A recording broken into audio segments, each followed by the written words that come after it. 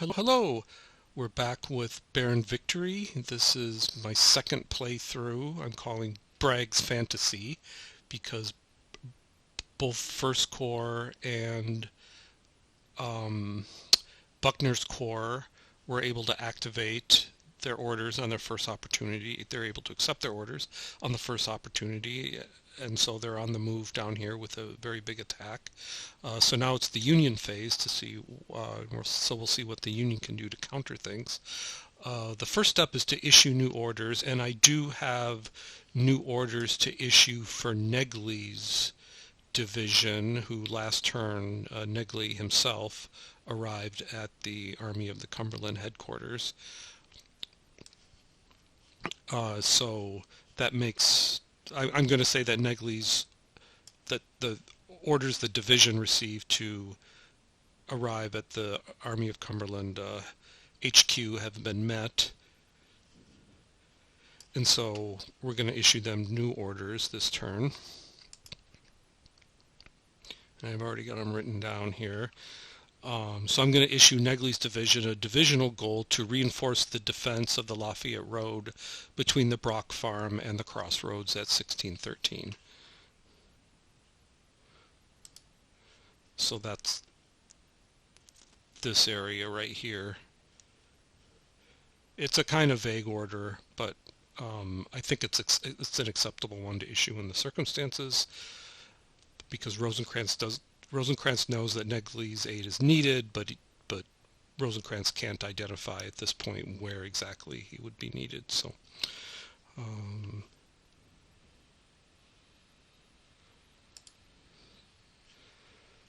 so that order is issued in person at 1500.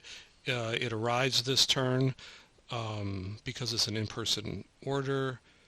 So let's look at the acceptance chart.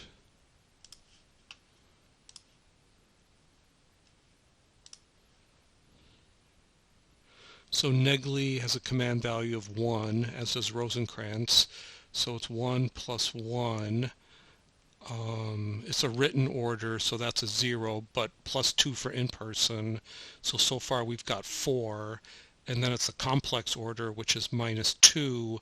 So we're on this 2 to 3 column here. So if we roll a 6 on our 2d6, then actually the order will be accepted immediately.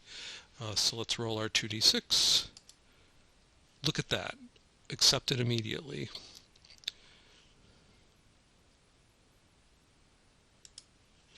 So we'll just update our orders chart here.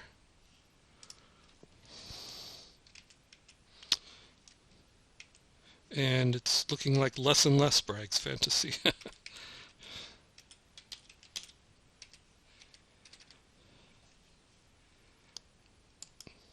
So that means that Negley will be eligible to start executing that order during the movement phase of this phase. So we've issued our new orders. There's no core attack stoppage checks to make. I am going to roll for initiative this turn. I'm going to roll initiative for Reynolds. I'm not exactly sure what I'm might do with Reynolds if I get initiative, but I think there's enough activity going on down here that it might make sense to do something with him.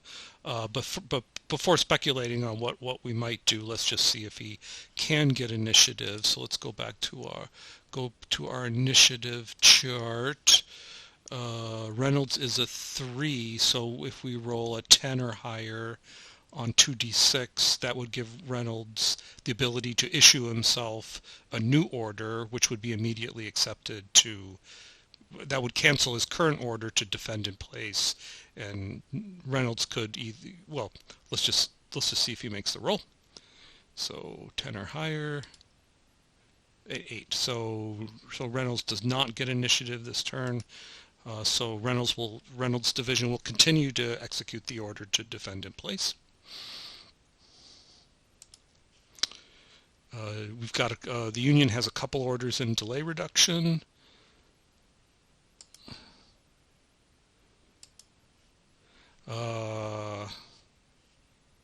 Oh no, they arrived this turn. I take the. Wait, no, this one.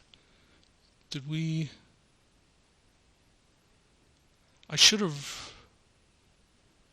I neglected to roll.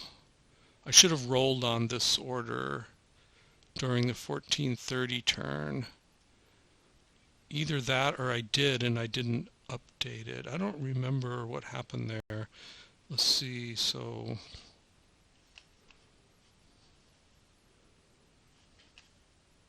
let's go to our acceptance chart.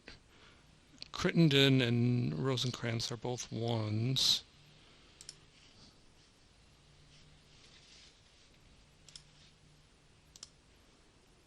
So 1 plus 1 is 2. Written is plus 0. Complex is minus 2. So we're on this chart here. Oh, was the order thrown away? I think it was thrown away. I wonder why. I think it got thrown. I seem to remember it got thrown away. Actually what we need to do is we'll need to reissue that order.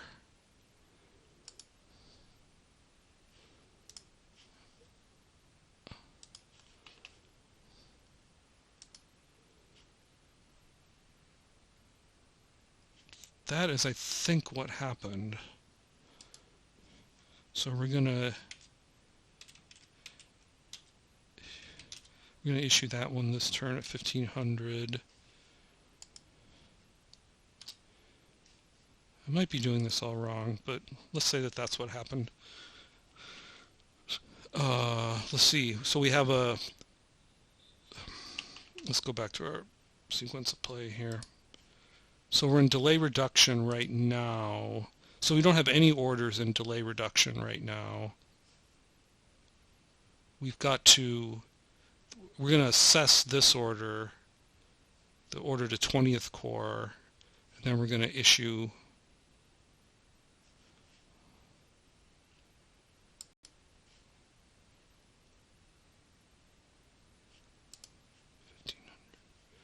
So this order, the order to 20th Corps is arriving this turn.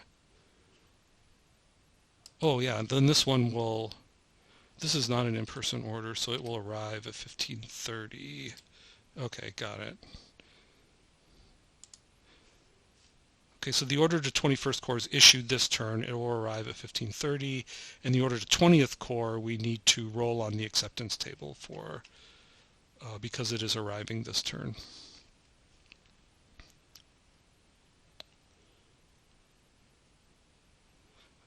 We technically rolled for Negley's acceptance a tad early, but that's okay.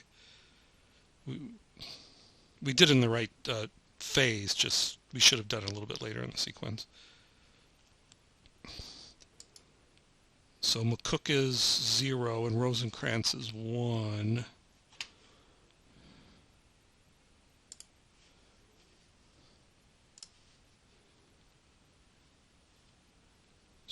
So we're on the minus to minus 1 column here. So we roll our 2d6, rolled a 7.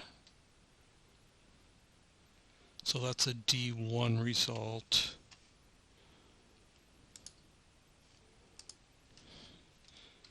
So that means the order will be accepted on a roll of 1 or 2 on a D6.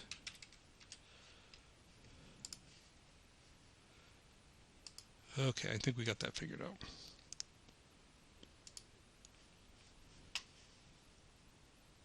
All right, so that's the order phase. Another mistake I think I made in the previous video is I didn't go back and watch it, but I think when I fired, when Hegg fired on Greg, I think I forgot to include the artillery in this hex in the shot. So that's just bad play by me on behalf of the Union. And another adjustment I made is after the previous video I was reading through the series rules, and I found a rule that says that the smallest artillery detachment is 2 strength points. We're not allowed to do 1 strength point artillery detachments. So I adjusted everything accordingly. So now the detachment here is a 2. I had a detachment of 1 here before, but I removed it. There's a detachment of 2 here, leaving 3 here, and there's still 5 here. So that's the other change I made from the previous video. No straggler recovery markers to place, so now we're in the movement and close combat phase. I think this is Wilder's brigade's time to shine here. As a Union player, there's a couple things I want to prevent. One thing I want to prevent is Buckner's corps continuing to extend out here and possibly outflank my position near the vineyard farm. So I definitely want to do that. And another thing I want to try to do is prevent this artillery from moving into this hex. Remember, the reason why I'm going to remove these 1 tiles here now. What they were doing is marking the location that the Confederate player wanted to get his artillery into. So I'll just remove these now.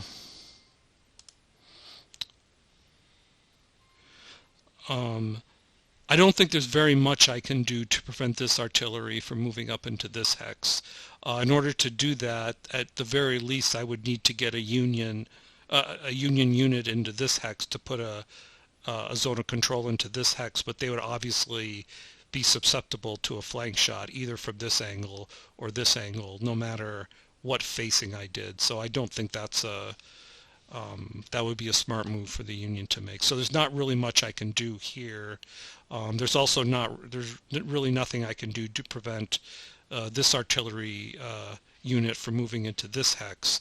But if I can get a zone of control into here, then I can prevent the artillery, this artillery piece from moving up here. So I think what I'm going to do is, remember that Wilder is a very large brigade, has AAB strength level, so that's A plus B. So I'm going to create a couple detachments.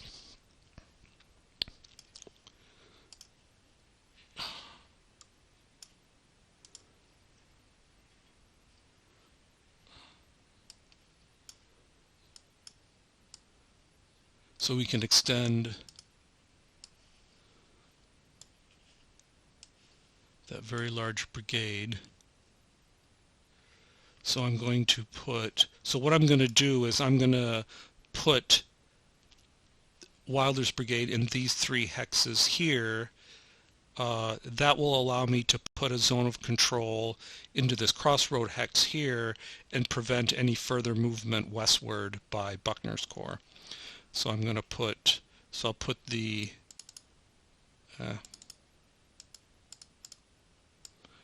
the original counter here. I'll put 1 extension here. Put the other extension here.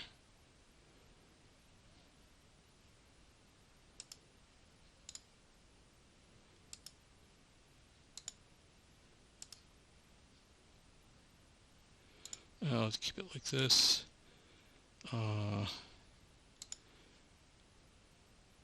Change your labels.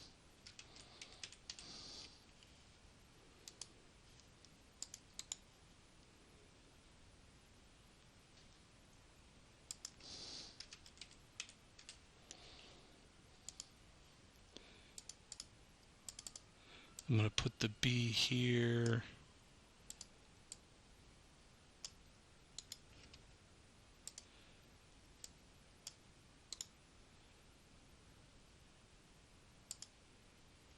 Oh, and these are going to be A, so I can actually just delete these. So I'm going to have 2 A's here and then a B here.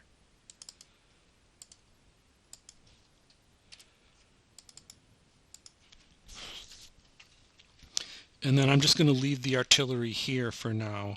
I couldn't say well, I could move the artillery here. That would take 3, 4, but then I wouldn't be allowed to unlimber it in this hex because this unit here puts a zone of control into this hex. So just for now, I'm just going to leave the artillery here. It is eligible to fire on this unit right here.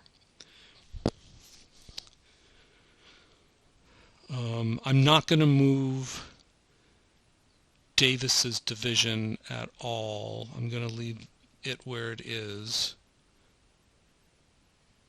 And I'm going to move Negley. Now, what path do I want Negley to take?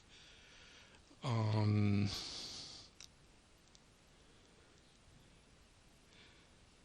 think I can... My general rule of thumb, as far as like leaving units in column, is that as long as there's friendly units between the units in column and any enemy units, then it's more or less reasonable strategy to leave them in column. So I'm going to leave Negley in column until we get... we'll be very conservative until we get to this hex here, we'll say. Then at that point, the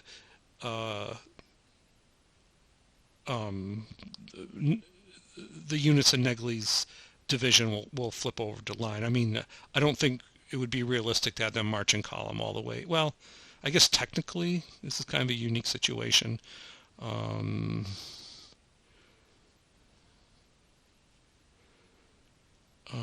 I'm going to play conservative, and well, let's see, 1, 2, 2.5. How much is it to flip? Is that always 3? Up.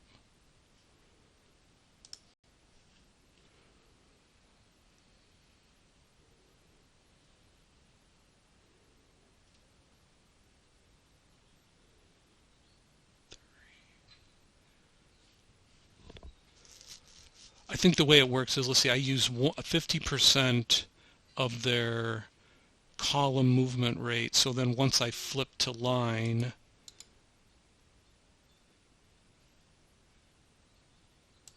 then they have 50% of their line movement rate left.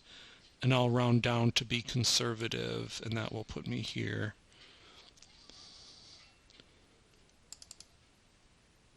Let's see what's here. So the artillery, well, Negley, let's see. First we'll just move Negley here.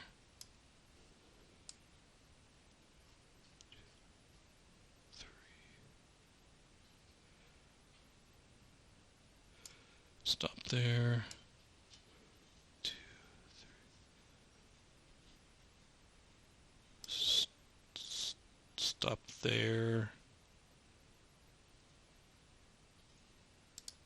Oh, and I should have A-B counters here, shouldn't I? I'm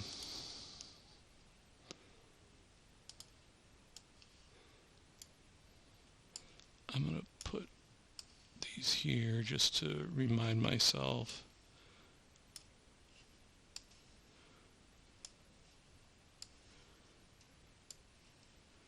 And then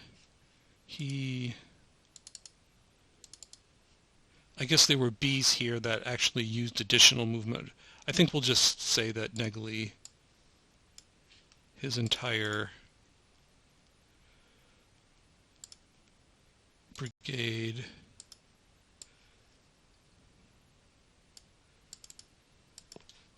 is in that hex right there. It's close enough. All right, so that's Negley's move there.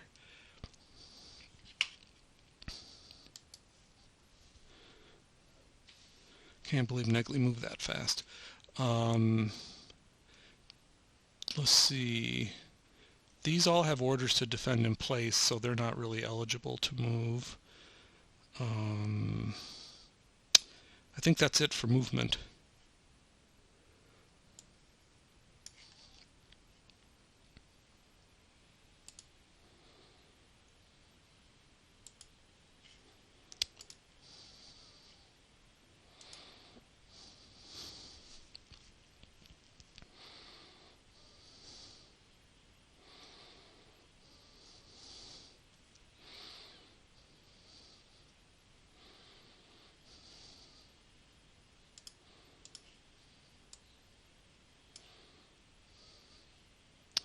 No ammo resupply to do so. First, now we're in fire combat. First non-phasing, then phasing. Let's see, so there's going to be a fair amount of fire combat here. Let's see, for the non-phasing player, it can be here. And then these two can fire. Well, let's see, these two are fire eligible. This unit here has line of sight to this one. Curiously, I was looking in the rules, and this does not have line of sight here because it says, the rules say that if you're tracing line of sight along a hex side, it's blocked if one of the hexes, connected to the hex side that you're trying to trace line of sight through, if there's an enemy unit here, then that's blocked. I guess the idea must be that if this unit is going to fire, it would just automatically fire at the closest one. That's must be what the idea behind the rule is. So this unit has line of sight here. This unit here has line of sight to either here or here. And this unit here has line of sight, but it's at range 3, so not eligible to use small arms fire to fire at this unit. So I'm going to have this unit fire on this one, this unit fire on this one, and gonna have Gracie? Have this brigade fire here with the idea, well, it doesn't really matter. I mean, I'd like to get this out of here so that there's no longer a zone of control into this crossroads hex here. But it doesn't really, I guess it doesn't matter where I cause the losses here. If I can bring this brigade down to an A fire level, then this extended line would collapse into here. So we'll resolve those 3 fires. And the reason I'm splitting the fire here is just I'm trying to maximize my opportunities for a good morale result that might result in a retreat.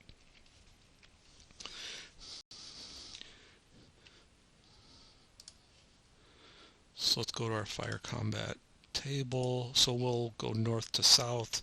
So first, Greg will fire at A fire level into this hex with B morale. So at range, so it's 2 fire points.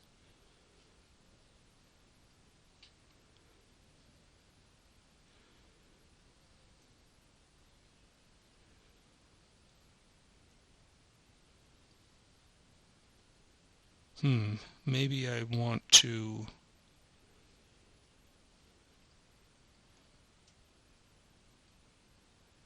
yeah, we'll do it this way. So let's roll our combat die. Rolled a 9 on the 2, so that's 1 permanent loss. Ignore the straggler die. Ignore the rounding dice. Straggler is a 6, so that's going to be 1 straggler, I'm pretty sure. We're on this chart here. B morale, it's a 6 is a 1. So 1 permanent loss and 1 straggler on Heg's division.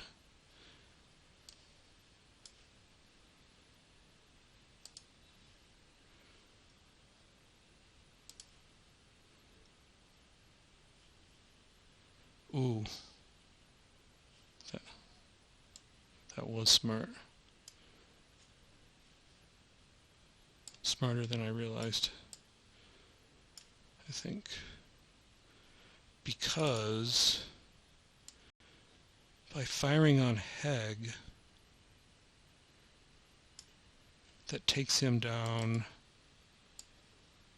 to A fire level.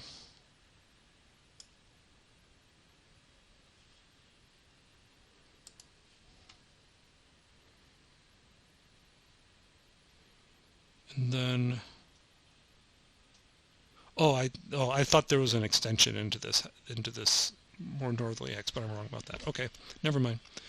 And then the morale result was a 32. That's not going to amount to anything on the B, so that's no effect there.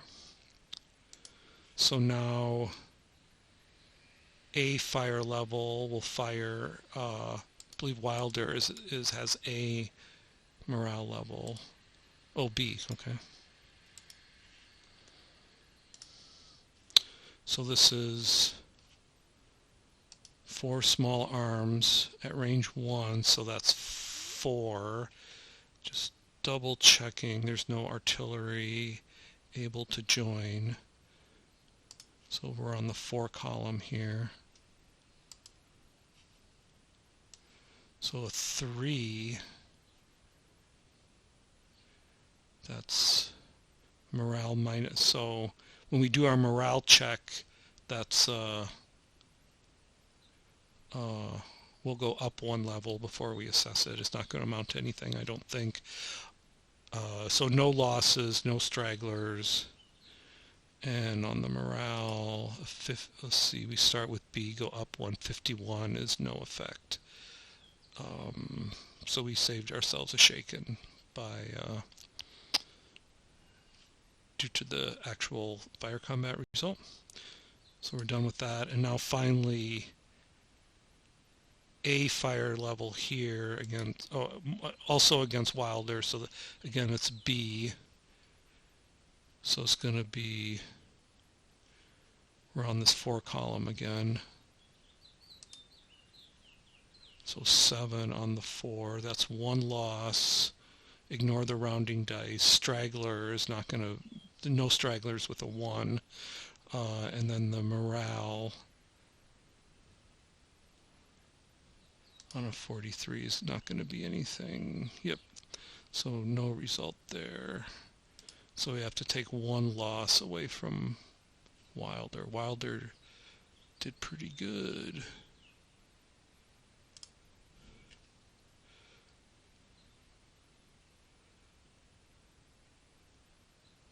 Where's Wilder?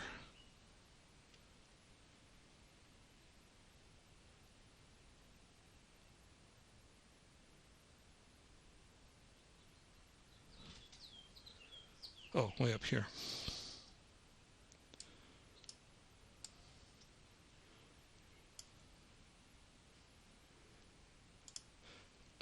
All right, now we do phasing fire. Let me just double check. Nope, no one else on the Confederate side is fire eligible.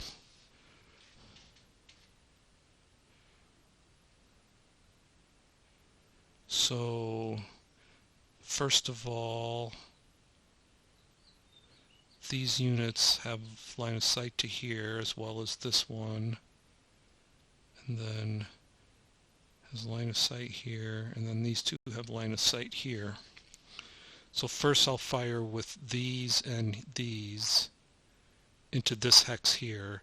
In the Civil War Brigade series, you always combine fire into a single hex, so you combine the fire from both of these hexes into 1 attack.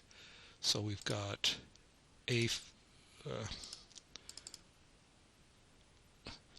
a fire level for the infantry, and then 3 artillery points.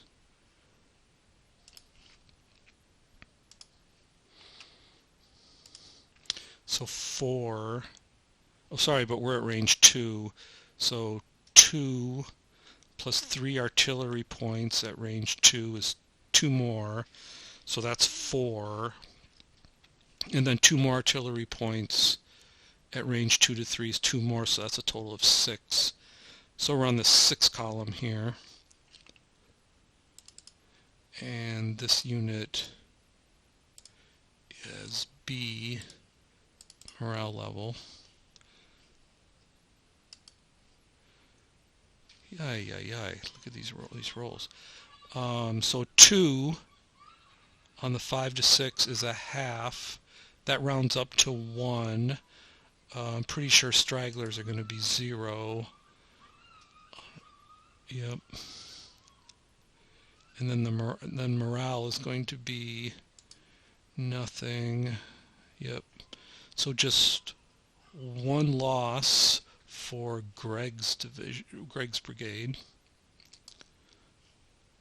I shouldn't have closed that.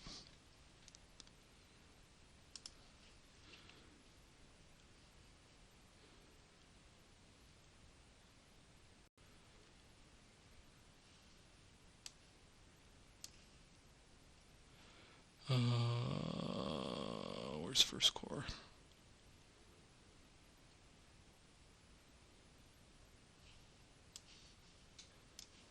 I have this name right.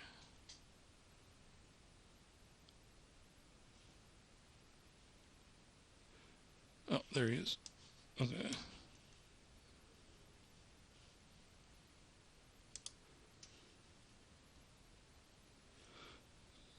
So he moves.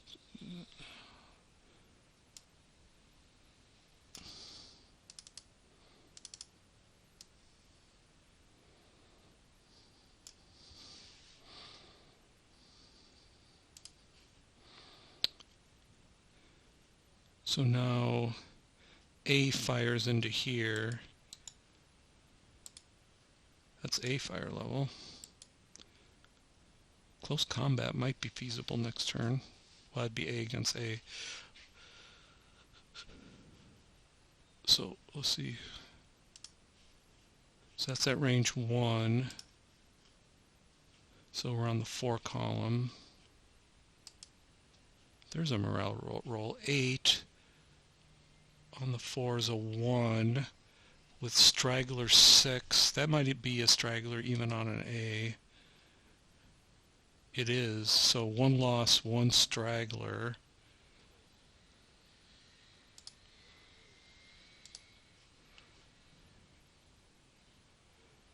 For Fulton.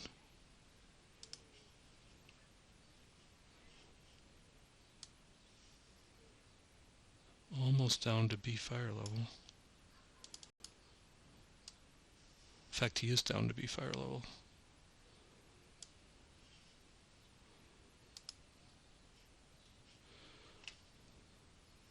Let me take care of that before I forget.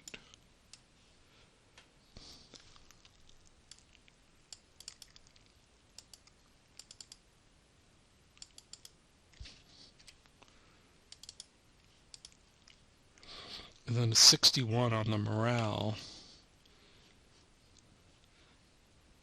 I don't think that's going to be quite enough to do anything on that with the A morale level. So it's a A61 is a shaken. But that's it.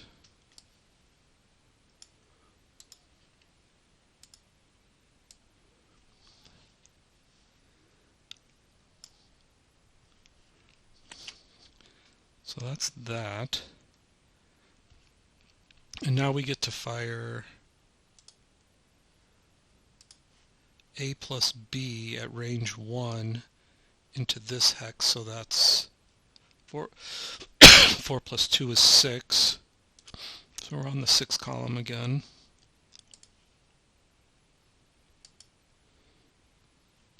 A 9 on the 6 column is a 1 with a straggler of 3. I think he's a B. Yep.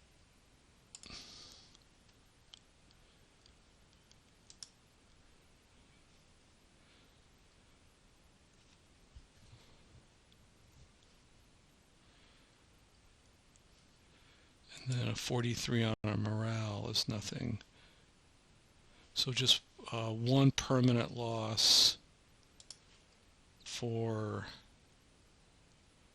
Gracie's brigade.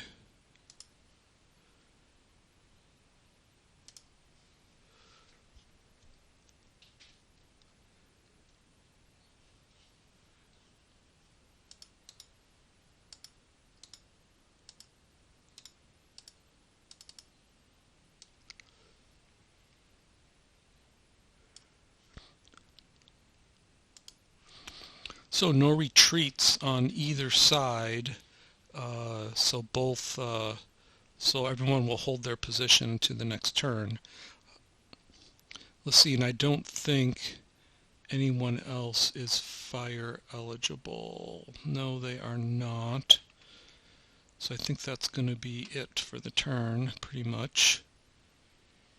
I keep closing this. Or it keeps closing on me.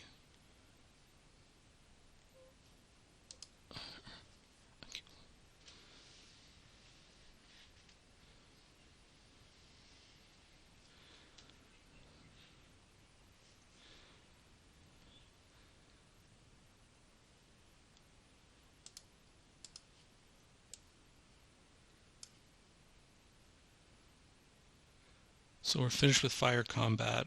Straggler recovery. It's a union that would recover stragglers during this rally phase, not the Confederacy, but there's no recovery for the Union to do, and no stragglers to recover either. So that is the end of this turn. So I'll stop the video at this point, and in the next video we'll do the Confederate portion of the 1530 turn.